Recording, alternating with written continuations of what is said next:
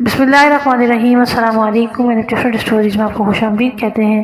ناظرین، آج آپ سے غزوہ خیبر کے ایک بہت زبردست حبشی غلام صحابی رضی اللہ تعالیٰ عنہ کا واقعہ شیئر کرنے لگی ہوں۔ اس سے پہلے آپ سے گزارش ہے چینل کو سبسکرائب کیجئے، ویڈیو کو لائک کیجئے، شیئر کیجئے، بیل آئیکن کو پریس کر دیں تاکہ میری آنے والی تمام ویڈیوز آپ تک پہنچ سکیں۔ ناظرین، کہتے ہیں کہ غزوہ خیبر کے موقع پر اسور رائی نامی ایک شخص، یہ ایک حبشی غلام تھا جو یہودیوں کی مویشی چرایا کرتا تھا۔ صحرا سے اس قدر مانوس تھا کہ اپنے وقت کا اکثر حصہ وہیں گزارتا تھا۔ ایک دن شام کو آبادی میں پلٹ کر آیا تو دیکھا کہ سارے یہودی جنگ کی تیاری میں مصروف ہیں۔ تلواروں پر پانی چڑھایا جا رہا ہے، نیزے اور تیروں کی نوکیں صقل کی جا رہی ہیں اور جگہ جگہ سپاہیوں کی قطاریں کھڑی ہیں۔ یہ منظر دیکھ کر اسے بڑی حیرت ہوئی۔ اس نے تعجبانہ لہجے میں دریافت کیا، یہ کس سے جنگ کی تیاری ہو رہی ہے؟ یہود نے جواب دیا، کیا تمہیں نہیں معلوم کہ عرب کے نخلستان میں ایک شخص پیدا ہوا ہے جو نبوت کا مدعی ہے؟ اپنے ساتھ دیوانوں کی ایک فوج لے کر وہ فلاں مقام پر ٹھہرا ہوا ہے، اسی کے ساتھ ہم مقابلے کی تیاریاں کر رہے ہیں۔ ہم روز فروا میں اس کی فوجیں ہمارے قلعے کی فصیل تک پہنچنے والی ہیں۔ یہ جواب سن کر چرواہے کے لاشعور میں اچانک جستجوئے شوق کا ایک چراغ جل اٹھا اور وہ حقیقت سے قریب ہو کر سوچنے لگا کہ بلا وجہ کوئی دیوانہ نہیں ہوتا، وہ بھی دیوانوں کی ایک فوج جو جان دینے کے ساتھ آئی ہے۔ یہ بادۂ فریب کی متوالی نہیں معلوم ہوتی، یہ کشش صرف جمال حق کی ہے۔ ہو نہ ہو انہوں نے سچائی کا بے نقاب چہرہ دیکھ کر ہی یہ سب کیا ہوگا۔ یہ سوچتے سوچتے دفعتاً اس کے منہ سے ایک چیخ نکلی کہ یقیناً وہ ایک سچا پیغمبر ہے۔ یہ کہتے ہوئے اٹھا اور بکریوں کو ساتھ لیتے ہوئے بے خودی کے عالم میں ایک طرف چل پڑا۔ بالآخر وہ سراغ لگاتے لگاتے مدنی سرکار صلی اللہ علیہ وسلم کے لشکر میں پہنچ گیا۔ حضور صلی اللہ علیہ وسلم کی بارگاہ میں حاضر ہو کر اس نے پہلا سوال یہ کیا کہ آپ کس بات کی دعوت دیتے ہیں؟ نبی کریم نے اس کے دل کا کشور دروازہ کھولتے ہوئے جواب دیا، اس بات کی کہ اللہ واحد لا شریک ہے۔ اس نے اپنے بندوں کی ہدایت کے لیے نبیوں اور رسولوں کا ایک طویل سلسلہ دنیا میں قائم فرمایا جس کی آخری کڑی میں ہوں۔ اس نے پھر دریافت کیا، اگر میں خدائے ذوالجلال پر ایمان لے آؤں اور آپ کی نبوت کا اقرار کر لوں تو اس کا صلہ کیا ملے گا؟ فرمایا، عالم آخرت کی دائمی آسائش۔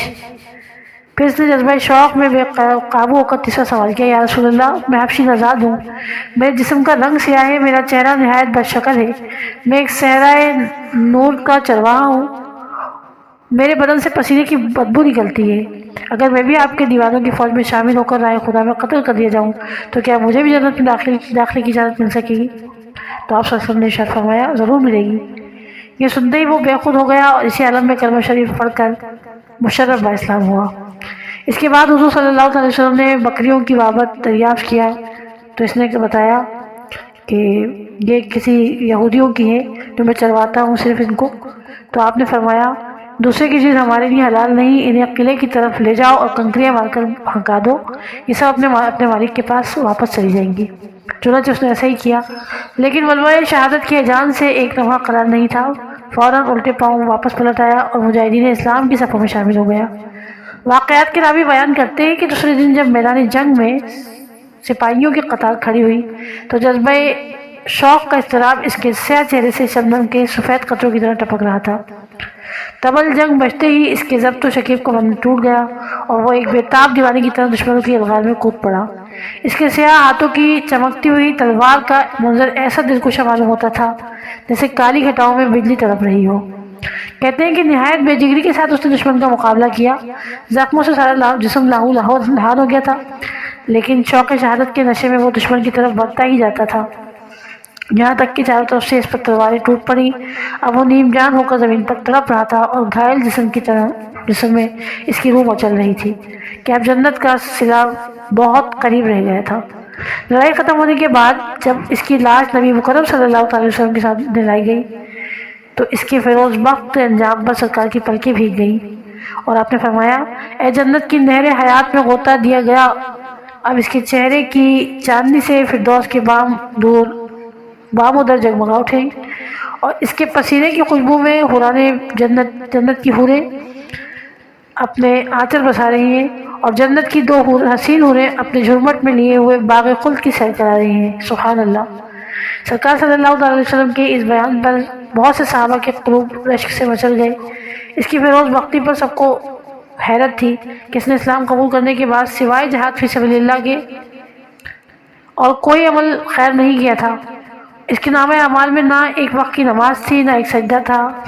سفید و شفاف کفن کی طرح زندگی کا سادہ وقت لیے ہوئے گیا اور بڑے بڑے زہدان شب زندہ کو اپنے پیچھے چھوڑ گیا۔ ناظرین، سچ کہا ہے عارفان طریقت نے کہ عشق و اخلاص کی ایک جنون انگیز ادا ہزار برس کی بے ریا عبادتوں اور حسنات کے بے شمار خیروں پر بھاری ہے۔ یہی وہ سکہ راج الوقت ہے جس میں آج تک کہیں بھی کھوٹ نہیں نکلا اور کسی عالم میں بھی اس کے نرک کی سطح نیچے نہیں اترتی۔ جذب عشق میں ایک ہی جست نے عالم اسفل کے خاکداروں کو بام عرش تک پہنچا دیا، اور محبت ہی کا گداز تھا جس نے قیصر اور کسریٰ کے ایوانوں پر اپنی شوکتوں کے پرچم اڑوائے اور روح زمین کی بڑی سے بڑی عظمت کو اپنے قدموں کے نیچے دون ڈالا۔ اس سے مراد ہرگز کوئی یہ نہ سمجھے کہ اسلام قبول کرنے کے بعد نمازیں نہ پڑھے اور بس یہ کہے کہ میں نبی کریم علیہ السلام سے عشق کرتا ہوں۔ حقیقت میں نبی کریم علیہ السلام کی محبت ہی یہ ہے کہ ہم نمازوں کا اہتمام کریں، حضور علیہ السلام کے طریقے پر عمل کریں، حضور علیہ السلام کی سنتوں کو اپنائیں۔ یہی در حقیقت محبت ہے۔ یہ اس وقت کی بات ہے کہ جب نبی کریم علیہ السلام جو تھے برف سے نفیس موجود تھے ان کے درمیان، اور آقا علیہ السلام کے ہاتھ دستے حق پرست پر بیعت کر کے یہ ابھی مسلمان ہوئے تھے، لیکن ان کا جذبہ ایمان اور ان کی نبی کریم علیہ السلام سے محبت اور اللہ پر یقین اتنا زبردست تھا کہ جان دینے سے بھی انہوں نے گریز نہ کیا اور فوری طور پر جو ہے جہاد فی سبیل اللہ میں شامل ہوئے اور شہید ہوئے، اور اللہ نے ان کو یہ مرتبہ عطا فرمایا۔ تو ہرگز اس سے یہ مراد نہیں ہے کہ ہم نمازیں چھوڑ دیں اور ہم کہیں کہ ہم رسول اللہ کے عاشق ہیں اور ہمارا جو ہے عشق و اخلاص وہ اتنا زیادہ ہے کہ دیکھنا تو ہم جو عبادت کے بغیر ہی بخشے جائیں گے، ایسا ہرگز نہیں ہے۔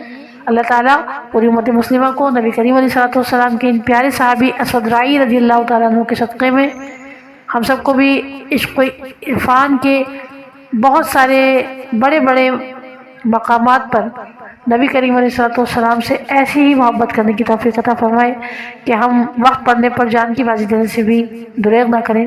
اللہ تعالیٰ پوری امت مسلمہ کی خیر فرمائے، حضور علیہ السلام کی پوری امت کو بغیر حساب و کتاب داخل جنت فرمائے۔ اس دعا کے ساتھ آپ سے اجازت چاہوں گی۔ اللہ حافظ۔